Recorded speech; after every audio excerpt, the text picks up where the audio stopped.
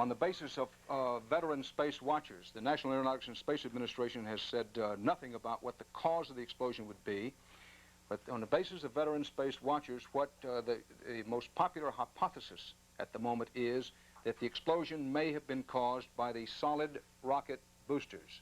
Again, for those of you who may have joined us late, this is a scale model of the shuttle. The shuttle sets aboard its main fuel tank here, but off to the side are the solid rocket boosters which are supposed to put it into orbit. The way this works, the solid rocket boosters are responsible for the launch and liftoff and getting into orbit. Then they're supposed to drop away once they have expended their solid rocket fuel, and then the shuttle, piggybacking on its main fuel tank, goes on up into orbit and eventually is, always in the past, is separated from its main fuel tank and then is in orbit and out there to do its work.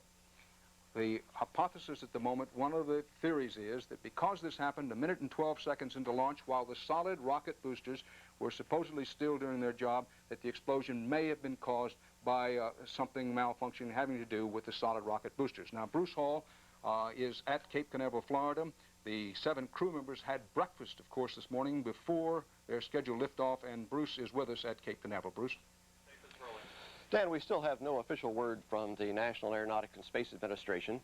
The crew got up for breakfast. They were allowed to sleep a little late this morning because there was a problem at the launch pad. A faulty gauge first caused a delay of about an hour, so the crew had an extra hour's rest today.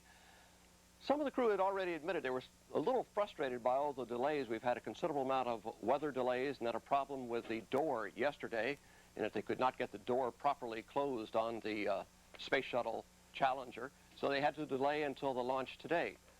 As they left this breakfast and made their only real public appearance this morning before going aboard the Challenger, Krista McAuliffe, the teacher, said it's going to go today. This was one time she expressed extreme confidence that they were going to be able to get into orbit and that they would make it today.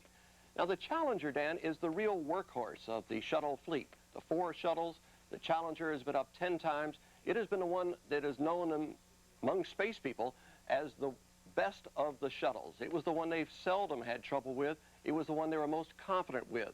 So there was no real problem there. But the one thing that several people are talking about now, and there was great concern this morning, that is the freezing temperatures that we had. We had temperatures below 32 for about 10 to 12 hours. Starting about midnight last night, temperature dropped below 32. It finally dropped below 28, which is a crucial figure here. Once they go below 28, they figure that icicles are going to begin to form. And this morning, we did see a lot of icicles formed around the superstructure of the shuttle. One of the theories, and I must emphasize, this is only a theory. NASA has not said anything yet. But one of the theories that is being looked at is the possibility that some of those icicles may have fallen during launch or may have, at some point, when they were shaken loose, hit the solid rocket boosters, creating a small hole. And that is what could have created the explosion that occurred about a minute and 12 into the flight.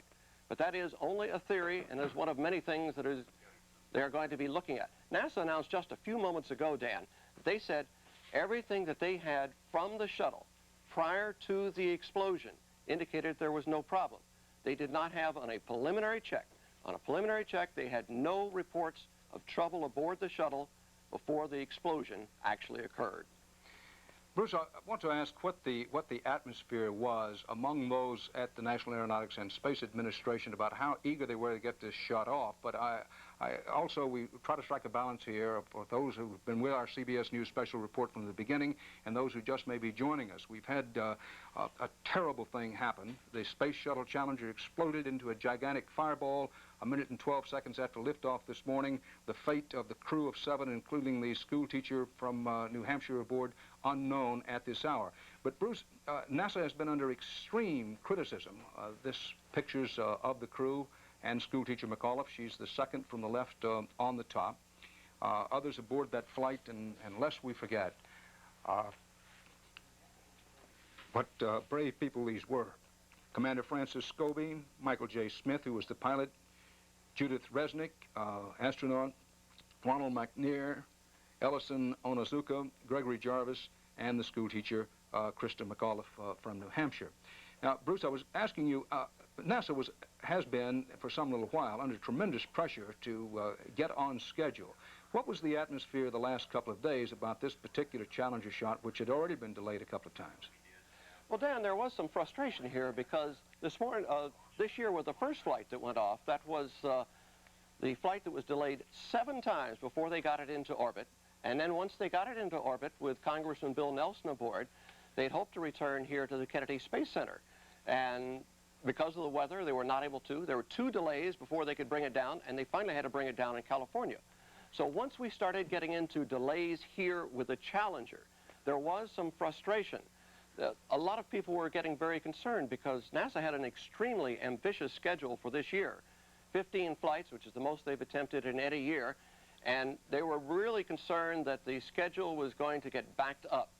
There was a desire to get this off, if at all possible. Once before, when they'd had freezing temperatures, they'd had to postpone a mission that was 1 year ago today, I believe, and they wanted to make certain that they could get this off. However, I must emphasize, Dan, NASA is always extremely concerned about safety. If anything, they are very conservative. They have come in for a lot of criticism from the media over the years because they have been so conservative.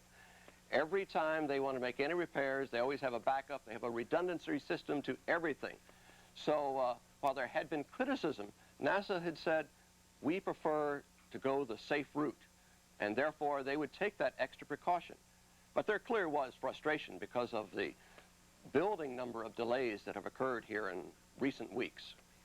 Well, as we wait for further official word from Mission Control in Houston or anyone else with the National Aeronautics and Space Administration about what happened this morning as the Space Shuttle Challenger exploded with a crew of 7, including the school teacher aboard. Bruce, I want to ask you, if you can, to amplify a bit on why the temperature, you mentioned 28 degrees Fahrenheit, was considered to be a critical temperature for those connected with the launch. Now, they went ahead with the launch. Explain to me why that 28-degree mark was so important, and also I'm not quite certain whether it got down to 28 degrees this morning in Florida. Well, the case is here, Dan, that 32, of course, is freezing. But once the temperature drops below about 28, that is when the icicles really begin to form.